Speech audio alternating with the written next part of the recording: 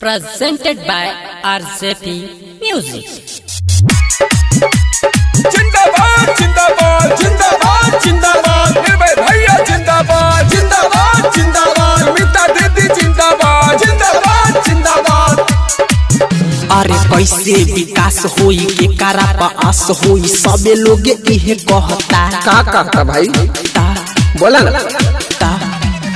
अरे कैसे विकास होई के कारा पास होई सबे लोग इहे कहता टूटल बनली हो गहुआ के गली हो दिक्कत भइल रहता सब हमनी लोग के दोस्त के बाटे चहेता नहीं मन नेता लाबे के बहो विजयी के माला पही रहबे के बहो सुमिता दीदी के विजयी बनाबे के बहो चाचा विजयी के माला पही रहबे के बहो निर्भय भैया के जीताबे के बहो।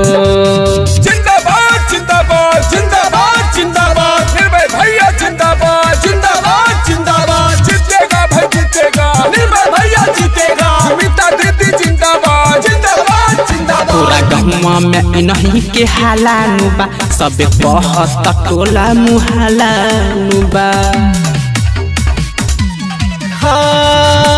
नहीं पे बाके विश्वास होई पंचायत के विकास। पूरा गहुआ में इन्हीं के हालानु बा सब कहत टोला मुहालानु बा बीत गहइल 20 चुनाव 21 में लहबे के बा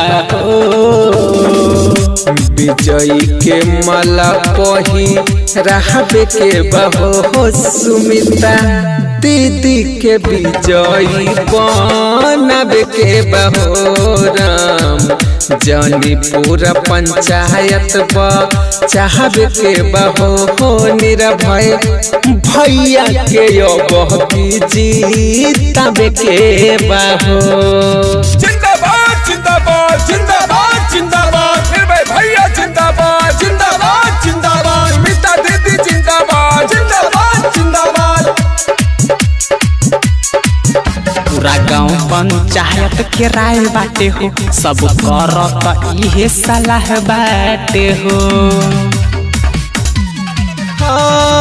बनी है जमुखिया जी के होना होई दुखिया जी। पूरा गाँव पंचायत के राय बाटे हो सब करत इहे सलाह बाटे हो के बाटे चहेता नहीं मन नेता लाबे के बहो। सुना विजयी के माला पही रहबे के बहो सुमिता दीदी के विजयी बनाबे के बहो चाचा विजयी के माला पही रहबे के बहो निर्भय भैया के जीताबे के बहो।